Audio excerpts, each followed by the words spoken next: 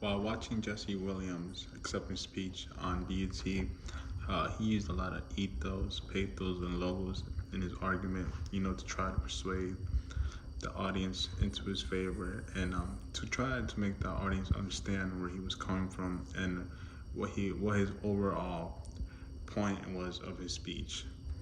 So he used ethos in the beginning by having two people, two actors, you know, back him up, so basically make him credible.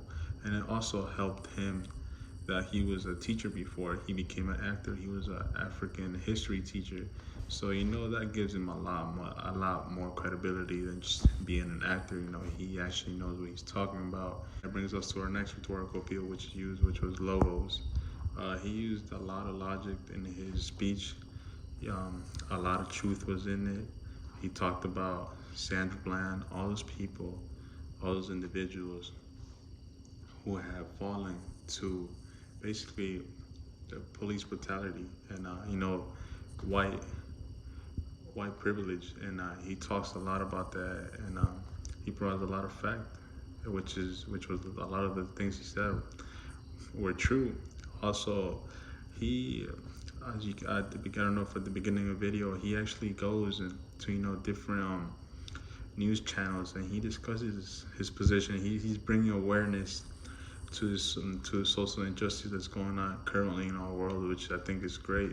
Rhetorical appeal he used was pathos. He used pathos at the beginning of the video, which was emotional because you see that he grew up, like in a tough neighborhood, like most kids. So most people can relate to him. He didn't come from a privileged background, and also the video used try to convey a lot of pathos because it was black and white.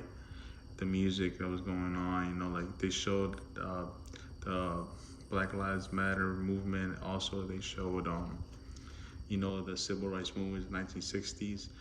Also in his speech, he kept using pathos, but the tone of his voice, the way he was talking to the audience, he was very serious. It's just a very strong emotional statement.